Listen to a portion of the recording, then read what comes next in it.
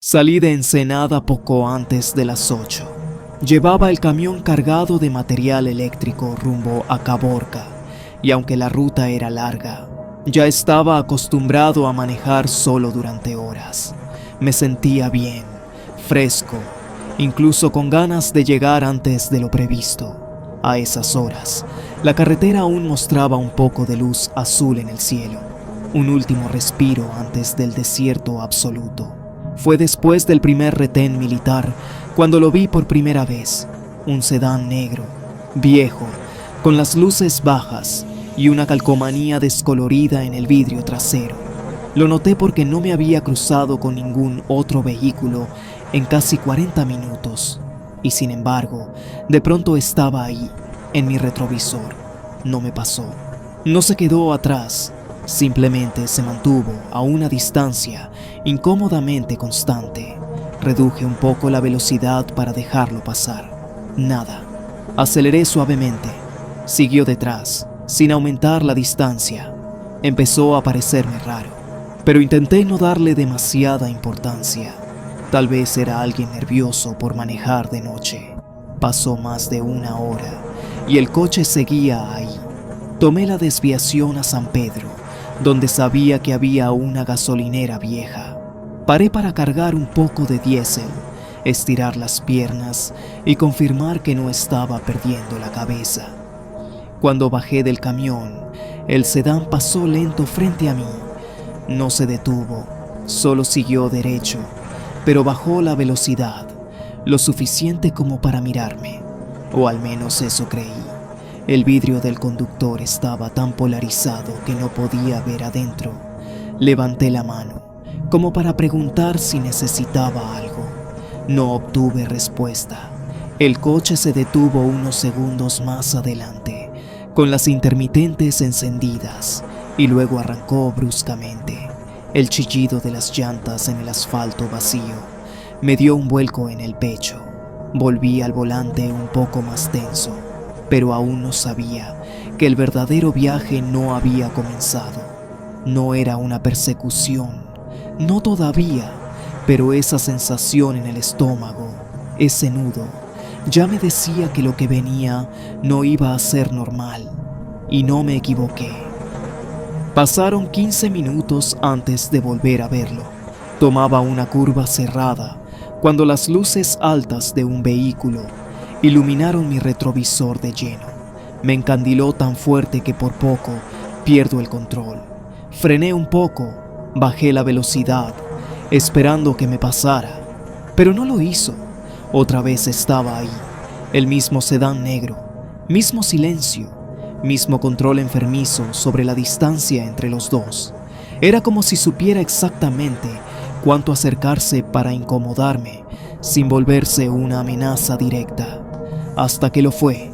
La primera vez que se desvió hacia mí fue en un tramo angosto, sin iluminación. Se acercó al carril izquierdo, como para rebasar, pero se mantuvo en paralelo durante varios segundos. Miré por el retrovisor. El coche estaba tan cerca que no podía ver el suelo entre nosotros.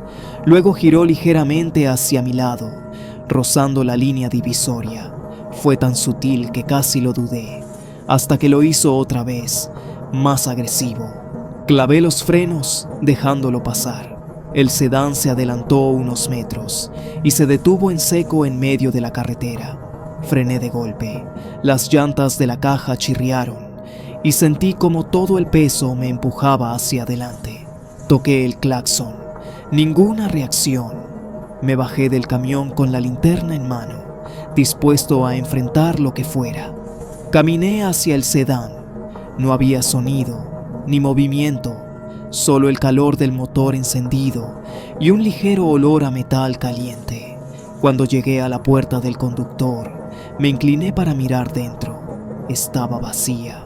No solo vacía, los asientos estaban cubiertos de polvo, el tablero roto, como si nadie lo hubiera tocado en años. Y sin embargo, el motor estaba encendido. Sentí un escalofrío recorrerme desde los tobillos hasta la nuca. Di un paso atrás y fue ahí cuando lo vi. A unos 20 metros, al costado del camino, había una figura. No se movía. Estaba parada con los brazos a los costados, como si simplemente observara. No pude ver su rostro, pero supe, sin necesidad de detalles, que era eso lo que me había estado siguiendo. Y todavía no quería que me fuera. La figura no se movía, ni un paso, ni un gesto.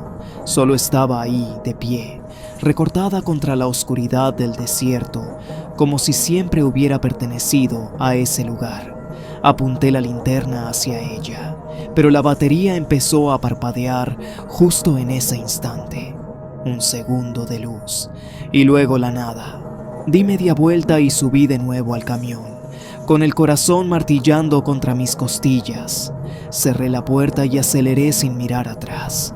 No me importaba si dejaba el sedán encendido, si esa cosa seguía ahí o si me estaba volviendo loco. Solo quería alejarme de todo eso. El velocímetro marcaba 95 cuando vi las luces otra vez, en el espejo retrovisor, como si el coche negro hubiera nacido de la nada, otra vez detrás de mí, esta vez más cerca, mucho más. Parecía pegado al remolque, como si quisiera empujarme fuera del camino. Apreté los dientes y seguí, ignorando el sudor que me caía por la frente. Cada 5 o 6 segundos miraba por el retrovisor. Seguía ahí, siempre ahí. Pero entonces algo cambió. En una curva cerrada, la carretera subía un poco y la vista se abría por varios kilómetros. Y ahí lo vi, a lo lejos, en medio de la nada, detenido en la orilla del camino. Estaba el mismo coche negro, pero también estaba detrás de mí. Al mismo tiempo, miré hacia el frente, luego al retrovisor. Era imposible. El del frente tenía las luces apagadas, pero lo reconocí por el parachoques hundido.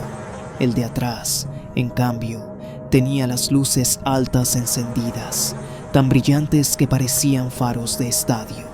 Me sentí atrapado entre dos cosas que no deberían existir al mismo tiempo. Reduje la velocidad sin frenar de golpe. Algo en mí me dijo que no debía detenerme completamente. Intentaba pensar con claridad, pero la cabeza me zumbaba. El ruido del motor parecía más grave de lo normal, como si algo en el aire estuviera contaminado. Al pasar junto al coche detenido, giré levemente la cabeza para ver si había alguien dentro, y en ese instante, las luces se apagaron solas. Todo el interior quedó negro, pero vi un rostro, no por luz, sino por contraste, pálido, inmóvil, pegado al vidrio, y sonreía. No sé cómo logré seguir conduciendo. Tenía las manos sudadas pegadas al volante y la vista borrosa. Ya no sabía si estaba soñando o si algo había cruzado un límite que no debía tocar. Lo único que entendía era que no estaba solo, no desde hacía horas, no desde que vi ese maldito coche. Seguí manejando por inercia hasta que el motor comenzó a fallar. Las revoluciones bajaban sin motivo, el tablero parpadeaba. La radio se encendió sola con estática pesada y una voz apenas audible susurró algo que no pude entender, pero que me dejó helado. Sonaba como si alguien estuviera hablando muy cerca del micrófono, muy lento y muy consciente de que yo escuchaba.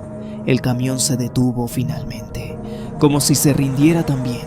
Bajé con el cuchillo que guardaba bajo el asiento, no para defenderme, solo para sentir que aún tenía algo en mis manos.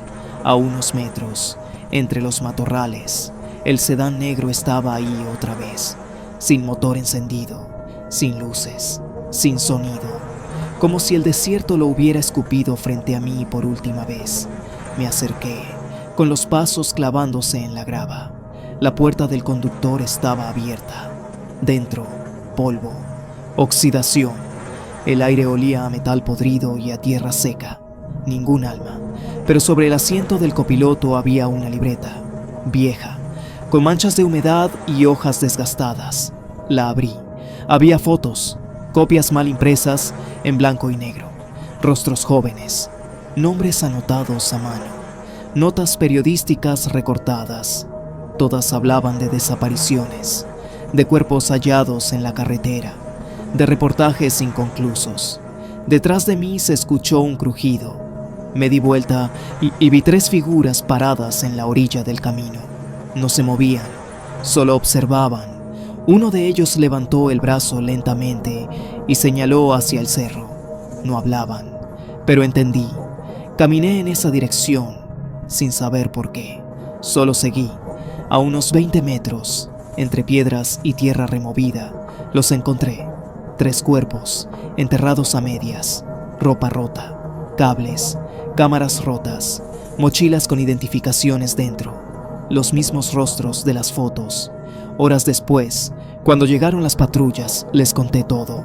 Revisaron las placas del coche negro. Me dijeron que pertenecía a 3 estudiantes de periodismo, desaparecidos hacía más de un año. Nunca me preguntaron cómo los encontré, y yo nunca pude explicar por qué. Al mirar por última vez al retrovisor, el coche ya no estaba, ni las figuras, pero desde entonces, todas las noches, manejo con los espejos cubiertos.